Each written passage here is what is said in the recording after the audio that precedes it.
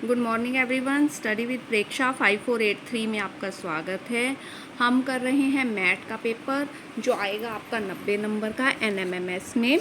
देखिए 2023 का पेपर हम लोग कर चुके हैं, उसके 90 के 90 क्वेश्चंस अवेलेबल हैं। 2022 का पेपर देखिए, उसके इम्पोर्टेंट जो भी पेपर में क्वेश्चन आते हैं वो इम्पोर्टेंट होते हैं, उसमें से हम करेंगे। देखिए 8 दूनी, देखिए ये एक श्रृंखला आपको दी गई है, इसमें आपको अगला अक्षर बताना है कि क्या आएगा।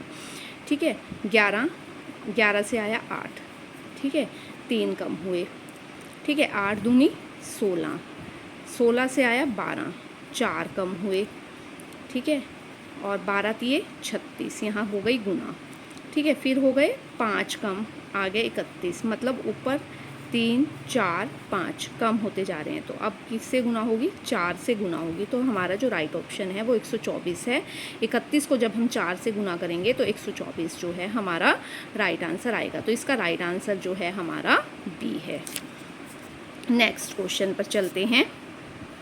नेक्स्ट क्वेश्चन देखिए, 4 से 10 6, 10 से 22 12, 22 से 46 24, इसका दुगना हो रहा है। 6 दूनी 12, 12 दूनी 24। अब हम इसमें जोड़ेंगे 48, तो हमारा ऑप्शन आएगा डी 94। ठीक है, 46 में 48 जोड़ेंगे 94 हमारा आंसर आएगा। थर्ड क्वेश्चन पे चलते हैं। 28, 23, 19, 16, 14, 13। अब देखिए यहाँ पे कम हुए 5, यहाँ पे कम हुए 4, यहाँ पे कम हुए 3, यहाँ पे कम हुए 2, यहाँ पे कम हुआ 1, अब कम होंगे 0। तो 13 हमारा जो है वो आंसर रहेगा। आगे चलते हैं। यदि x की जगह जमा, y का अर्थ माइनस, z का अर्थ डिवाइड और p का अर्थ गुना माना जाए तो इसका मान आपको ज्ञात करना है। 10, p का अर्थ क्या है आपका? p का अर्थ है गुना। 10 गुना 2, गुना x का अर्थ क्या है? जमा, जमा 5, y का अर्थ क्या है? माइनस, माइनस 5, z का अर्थ क्या है? भाग, भाग 5। आगे हम लगाएंगे बोर्ड मास। बोर्ड मास का फॉर्मूला MD। सबसे पहले होगी डिवीज़न, 5 को 5 से भाग किया 1, फिर होगी मल्टीप्लिकेशन, 10 गुना 2 20 मल्टीप्लिकेशन गुना, फिर होगी एडिशन +5, 20 और 5 25, 25 में से 1 गए 24। हमारा जो राइट आंसर है वो रहेगा 24, ऑप्शन ए। नेक्स्ट क्वेश्चन देखिए, सूर्योदय के बाद उत्तर की ओर मुंह करके खड़ा है एक आदमी। दिशाएं बनाइए, पूर्व, पश्चिम, उत्तर, ऊपर, नीचे, दक्षिण। ठीक है, ये आपको हर पेपर में बनानी है पहले ही। पूर्व, पश्चिम, उत्तर, ऊपर और नीचे, दक्षिण। एक आदमी इस तरफ मुंह करके खड़ा है। ठीक है, उत्तर और दक्षिण, ये उसका दायां है, ये उसका बाईं साइड है, ये उसका दायां हाथ, ये उसका बायां हाथ। जिस साइड आप मुंह करके बैठे हैं उसी तरफ उत्तर है, ऊपर की तरफ। ठीक है, सूर्य निकला पूरब से निकला, तो जो बंदा खड़ा है उसकी परछाई बनेगी पश्चिम की तरफ, मतलब बाईं तरफ। तो उसकी परछाई किस तरफ बनेगी? छाया किस तरफ बनेगी? दाएं तरफ। जिस तरफ खड़ा होता है उसके दूसरी तरफ। देखिए ये मेरी उंगली है, ठीक है, इस साइड से पूरब की तरफ से इस पर लाइट पर डल रही है, तो पश्चिम की ओर इसकी वो बन रही है छाया। ये पेन है, ठीक है, इसकी छाया जो है इस साइड बन रही है। ठीक है, यदि 44 गुना 12 बराबर 8 हो, 44 में से 12 गए और उसको 4 से डिवाइड किया तो हमारा आंसर आया 8। 44 में से 12 गए 32, 32 को 4 से डिवाइड किया 8 आ गया। इसी तरह 78 में से 22 गए 56, 56 को 4 से डिवाइड किया 14 आ गया। 81 में से क्या गए? जाएंगे हमारे 9 जाएंगे, क्या बचेगा? 72, 72 को हमने 4 से डिवाइड करेंगे, क्या आ जाएगा? 18, 18 चौके 72, तो 18 इसका राइट आंसर। नेक्स्ट क्वेश्चन बहुत ही आसान है। दी गई आकृति में कितने घन हैं? देखिए 1 2 3 4 5, ठीक है, ये 3 का ब्लॉक है नीचे वाला, 3 तिया 9 हो गए, 9 घन नीचे।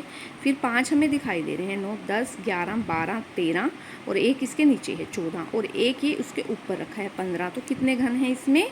15 घन है। 9 नीचे हैं, 9 के ऊपर ये रखे हुए हैं 5, 14 और एक 15।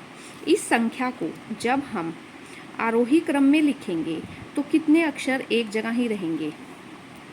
देखिए ये हमने लिखा है आरोही, मतलब बढ़ते क्रम में। 1 2 4 5 6 है, इसमें 7 है और 8 है। 8 की जगह ही रहा, 8 इकाई के अंक जगह पे है, यहाँ पे भी इकाई की जगह पे है। 6 सैकड़े की जगह पे है, यहाँ पे भी 6 जो है सैकड़े की जगह पे है। और 2 आगे से दूसरे नंबर पर है तो यहाँ से भी दूसरे नंबर पर है। तो 3 अक्षर हैं जो एक जैसे हमने लिखा आरोही क्रम में फिर भी वैसे के वैसे ही रहे। नेक्स्ट क्वेश्चन, पूजा को याद है कि उसकी माँ का जन्मदिन 16 तारीख के बाद और 22 तारीख से पहले है, कि 16 के बाद किसी भी दिन है और 22 से पहले है, पहले कभी भी है, 21 तक कभी भी है, 17 से लेकर 21 तक में कभी भी है। उसके भाई को याद है कि उसकी माँ का जन्मदिन 20 के बाद है, मतलब 21 को है, और 25 से पहले है। तो कौन सा अक्षर कॉमन है? सिर्फ 21 अक्षर कॉमन है। तो उसकी माँ का जन्मदिन कहाँ है? 21 को है। ठीक है, उसकी माँ का जन्मदिन 21 को है। आगे देखिए, 13 जमा 7 109, 13 सत्ते 91, 13 सत्ते कितने होते हैं? 91, 91 है ना, 13 सत्ते 91, एक आगे चला गया, 9 पीछे, बीच में डाली है 0। 14 छिक्के 84, 84 है 14 छिक्के, तो 84 में हमने क्या किया? 4 आगे 8 पीछे और बीच में डाल दी 0, 408 आ गया। इसी तरह 17 पंजे 17 पंजे क्या हुआ हमारा? 85, तो 5 इधर 8 पीछे और बीच में आगे 0, तो राइट ऑप्शन जो है हमारा बी है। जो नेक्स्ट क्वेश्चन हमारे हैं वो घन के ऊपर हैं। घन का कंसेप्ट आपको 100% क्लियर करना पड़ेगा, वरना आप घन वाला क्वेश्चन ठीक से अटैम्प्ट नहीं कर पाएंगे। 2 सेंटीमीटर भुजा वाले 125 घनों को एक साथ रखकर बड़ा घन बनाया गया है। ठीक है, बहुत सारे घन हैं। घन आप लोगों ने डाइस खेला है, आप लोगों ने लूडो का डाइस देखा है, वो एक घन है। सबसे पहले घन का कंसेप्ट क्लियर करना पड़ेगा आपको। ठीक है, 125 घनों को एक साथ रखकर एक बड़ा घन बनाया जाता है। इसके बाद बड़े घन की प्रत्येक सतह पर लाल रंग कर दिया जाता है। रंग करने के बाद सभी छोटे घनों को अलग अलग कर दिया जाता है। इस आधार पर आपको निम्नलिखित प्रश्नों के उत्तर। आप देखिए घन का कंसेप्ट, ये जो है ये सभी बच्चों के पास है, मोस्टली सभी बच्चों के पास होता है। ये एक घन है जो कितने उससे मिलकर बना है? ये हमारा जो है 27 से मिलकर बना है, 9।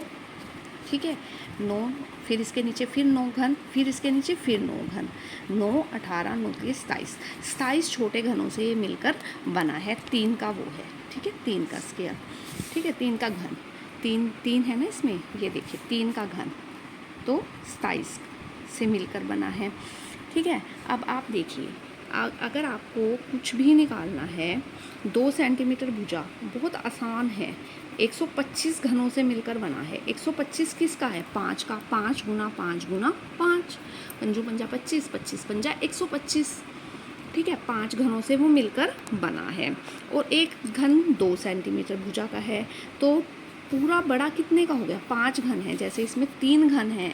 ठीक है, 1 2 3, ये 27 घनों से मिलकर बना है।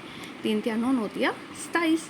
इसी तरह वो 5 घनों से मिलकर बना है। और एक भुजा 2 सेंटीमीटर की है, ये अगर 2 की है, 2 4 6 8 10, तो 10 सेंटीमीटर की बड़ी भुजा है। ठीक है, तो उसने कहा है कि बड़ी भुजा कितने सेंटीमीटर की होगी? 10 सेंटीमीटर की हो गई। ठीक है, लेकिन अगर आप इस तरीके से भी नहीं निकालना चाहते तो ये फॉर्मूला है, x/2 जो भी भुजा दे रखी है उसका क्यूब बराबर 125। 5 का है ये, और 2 से इसको गुना कर दिया, 10 का, 10 सेंटीमीटर का एक घन है। कि जो छोटा छोटा घन है, जो इसमें छोटे घन हैं, वो उसकी एक भुजा 2 सेंटीमीटर की, फिर 2 सेंटीमीटर की, फिर 2 सेंटीमीटर की, फिर 2 सेंटीमीटर की, फिर 2 सेंटीमीटर की, 10 सेंटीमीटर का बड़े वाला घन है। अगर मैं इसकी कहूँ कि एक भुजा 2 सेंटीमीटर की है, तो बड़े घन की कितने की है? ये छोटे घन की 2 की है, 2 4 6 सेंटीमीटर का ये घन है, 6/6 का। ठीक है, अब आपको समझ आ गया होगा कि कैसे करना है। सभी छोटे घनों को एक साथ रखने पर जब बड़ा घन बनाएंगे तो उसकी प्रत्येक भुजा की लंबाई कितनी होगी? प्रत्येक भुजा मतलब इसकी इस भुजा की लंबाई आपको ज्ञात करनी है, वो होगी 10। क्योंकि देखिए 125 है, 5 गुना 5 गुना 5, 5 का घन है, तो 5 दूनी 10 सेंटीमीटर की एक भुजा होगी। ऐसे कितने घन हैं जिनके 2 सतहों पर लाल रंग होगा? अब देखिए जब ये घन, ठीक है, 2 सतहों पर, देखिए ये जो कॉर्नर वाले हैं इनकी तो 3 सतहों पर लाल रंग होगा। जब इसको कट करेंगे, हमने बड़े को सारे को रेड कलर से पेस्ट कर दिया, रेड कलर लगा दिया उसके ऊपर, फिर उसको 5 हिस्सों में काटा, मतलब 4 कट लगाने पड़े, 4 इधर, ठीक है, 4 इधर और 4 इधर, ऐसे, तब वो कटेगा। मतलब उसमें हमने कितने कट लगाए? 4 8 12, ये भी आ जाएगा कि कितने कट लगाए, तो हमने 12 कट लगाए। देखिए कैसे, इसमें हमने कितने कट लगाए, जितने का घन है उससे कम लगेंगे, 1 2, 2 कट यहाँ लगाए, 2 कट ये लगाए, 1 2 4 और 2 ऐसे लगाए, 6 कट लगाने पर ये घन बना। ठीक है, उसके बाद उसने पूछा कि ऐसे कितने घन होंगे जिनकी 2 सतहों पर कलर होगा। अब 2 सतह वाले ये हैं, ये वाले 1, ठीक है, उसमें 5 में कितने होंगे, बीच के 3, 3 इधर के, 3 इधर के, 3 इधर के, 3 6 3 3 9 3 चौके 12, और उसको हमें गुना करना पड़ेगा 3 से, क्योंकि 3 सतहें हैं ये, 1 2 3, 3 सतहें हैं होती हैं 1 2 3, तो उसको हमें 3 से गुना करना पड़ेगा। 36 घन ऐसे होंगे जिनकी 2 सतहों पर लाल रंग होगा। जिनकी 3 सतहों पर होगा वो तो हर में सेम होंगे, 1 वाला हो, 2 वाला हो, 3 वाला हो, 4 वाला हो। ये वाले कॉर्नर वाले, इनकी 3 सतहें हैं, 1 2 3, 3 सतहों पर 1 2 3, 1 2 3, 1 2 3, 8 ऐसे घन होंगे जिनकी 3 सतहों पर लाल रंग होगा, 8। ठीक है, ऐसे कितने घन होंगे जिनकी सतह पर कोई भी लाल रंग नहीं होगा। अब जब हमने इसको कट किया, ठीक है, यहाँ तो लाल रंग हो गया, इस साइड भी लाल रंग हो गया, इस साइड भी, इस साइड भी, इस साइड भी, सिर्फ बीच, इसमें तो सिर्फ बीच का 1 बचा, बीच का 1, उसमें बचेंगे 27, 3 बचेंगे, बीच के 3 का घन बच जाएगा, क्योंकि 2 वाले पे तो हो जाएगा, तो 3, 5 में काटा है ना हमने, 5 में से 3 बचे, तो 3 की सतहों पर 27 घन ऐसे होंगे अंदर के जिन पे कोई भी कलर नहीं होगा, कलर नहीं आएगा। ऐसे कितने छोटे घन होंगे जिनकी एक सतह पर लाल रंग होगा।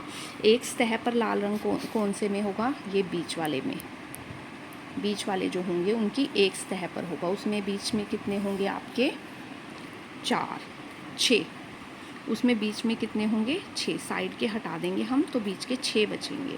ठीक है, 6, बीच के 9 और हर सतह में 6, बीच में 9 घन ऐसे बचेंगे और हर सतह पर होंगे 6 9 6 54 घन ऐसे होंगे जिनकी प्रत्येक सतह पर लाल रंग होगा। ये वो क्वेश्चन लास्ट का क्लियर करने के लिए कि जिसके बीच में कितने बचे, ये 5/5 का है। ठीक है, 5 ऐसे हैं, 5 ऐसे हैं।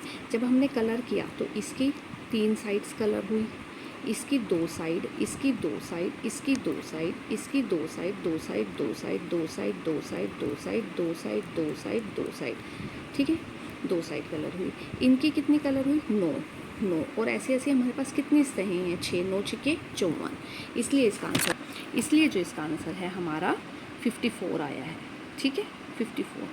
यदि किसी व्यक्ति का जन्म 1980 के फरवरी महीने के अंतिम दिन में हुआ हो, ठीक है, मतलब 29 फरवरी को, 1980 29 फरवरी 1980 में हुआ है, तो उसका बर्थडे 2022 तक वो कितनी बार बर्थडे मनाएगा। 84 में उसका पहले बर्थडे आया, 88 में दूसरा, 92 में तीसरा, 96 में चौथा, 2000 में पाँचवा, 4 में छठा, 8 में सातवां, 12 में आठवां, 16 में 9वां और 20 में 10वां। 10 बर्थडे वो मना चुका होगा, अपने 10 बर्थडे वो मना चुका होगा। अब 8 और 9 के बीच किस समय घड़ी की दोनों सुइयां एक सीधी रेखा में होंगी परंतु संपाती नहीं होंगी। एक सीधी रेखा में मतलब 180 के कोण पे बनाएंगी, तो 8 के सामने होगा 2 लगभग, 2 उस टाइम हो घड़ी में बज रहे होंगे 8:10। 8:10 देखो कौन से में है, 8:10 इसमें है, तो ये आपका राइट ऑप्शन होगा। अब अगला क्वेश्चन, आप इसको ध्यान से देखना है आपने।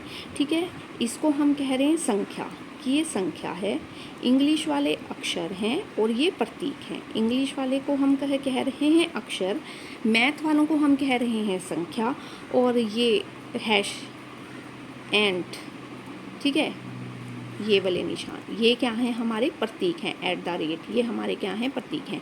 अब हमें ऐसी संख्याएं निकालनी है जिनके प्रत्येक के तुरंत बाद एक अक्षर, संख्याएं पहले हमें देखनी है संख्या, जैसे कि है 4 एक संख्या है, इसके पीछे एक अक्षर है और पहले एक प्रतीक है। ठीक है, हमें देखनी है संख्या, बाद में है अक्षर, पहले है प्रतीक, ये 5 वाला 1 हो गया। ठीक है, और संख्याएं देखते हैं, संख्या बाद में अक्षर नहीं है, संख्या बाद में अक्षर नहीं है, सिर्फ 1, तो एक हमें ऐसा मिला ये वाला जिसके बाद में अक्षर है और पहले प्रतीक है। ठीक है, इसके बाद हम चलते हैं क्वेश्चन नंबर 19 में। दी गई उपयुक्त श्रृंखला में ऐसे कितने प्रतीक हैं। अब हमें देखने हैं प्रतीक @ ये वाले, जिनमें प्रत्येक के बाद एक अक्षर है और पहले एक संख्या है, बाद में अक्षर होना चाहिए। प्रतीक ढूंढ। प्रतीक, ये हमारा एक प्रतीक है, बाद में अक्षर है लेकिन पहले संख्या नहीं है।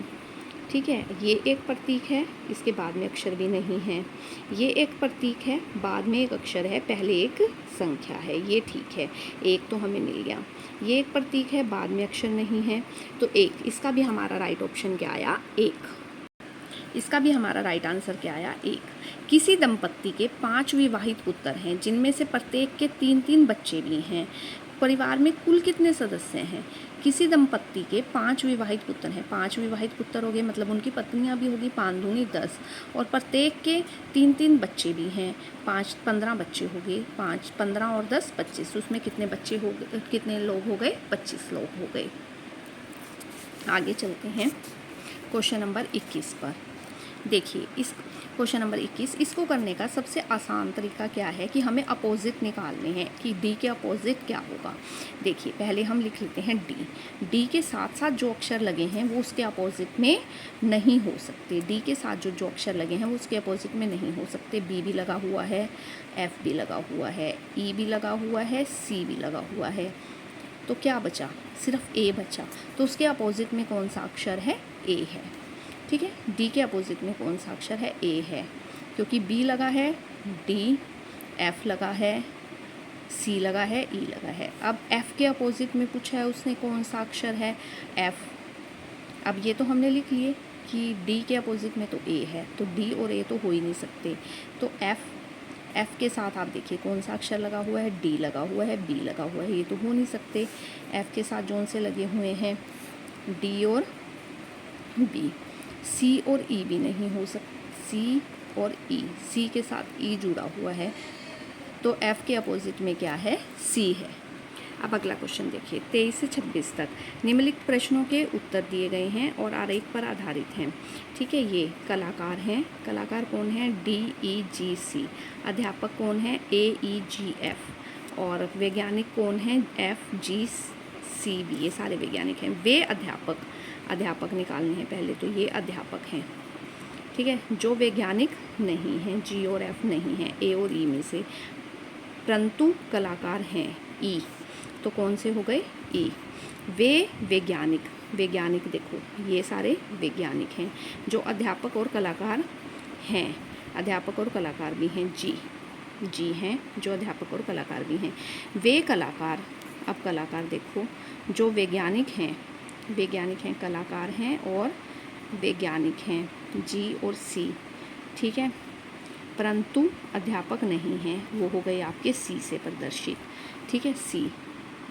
नेक्स्ट क्वेश्चन, वो वैज्ञानिक तो ये हैं जो ना तो अध्यापक हैं और ना ही कलाकार हैं, वो किस अक्षर से प्रदर्शित हो रहे हैं, बी से। किस अक्षर से, बी से। यहाँ पे देखिए, जो ना तो कलाकार हैं, कलाकार में भी नहीं आ रहे, और ना ही अध्यापक में आ रहे हैं, बाकी क्या बचे, बी। तो इसका राइट ऑप्शन है बी। अगर आपको वीडियो पसंद आए तो आप चैनल को जरूर सब्सक्राइब कीजिए, बेल आइकन दबा दीजिए ताकि आगे आने वाली वीडियो की नोटिफिकेशन आ सके। Thanks for watching.